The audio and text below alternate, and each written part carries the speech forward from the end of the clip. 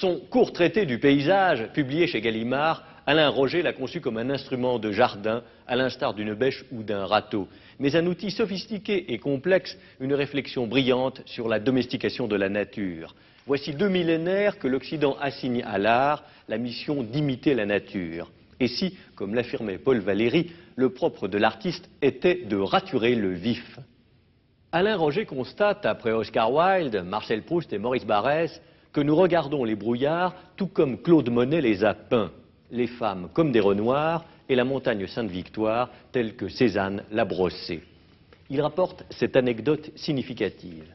Un jour au Japon, on lui demande son avis sur le Fuji qui se fissure. Faut-il le laisser en l'état ou bien, grâce à la technologie, le renforcer?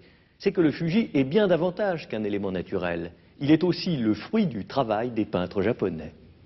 Vaste débat sur l'effet de nature. Certains reprochèrent à Lenôtre, le concepteur des jardins de Versailles, de l'avoir inféodé au compas de l'architecte. Paysager la nature, quel contresens, qu'elle demeure à l'état brut, quitte à faire peur comme la montagne jusqu'au XVIIIe ou le désert jusqu'au siècle dernier. Alain Roger rappelle utilement que les droits du paysage n'ont aucun rapport avec l'écologie. Après tout, une autoroute peut parfaitement dessiner un paysage authentique.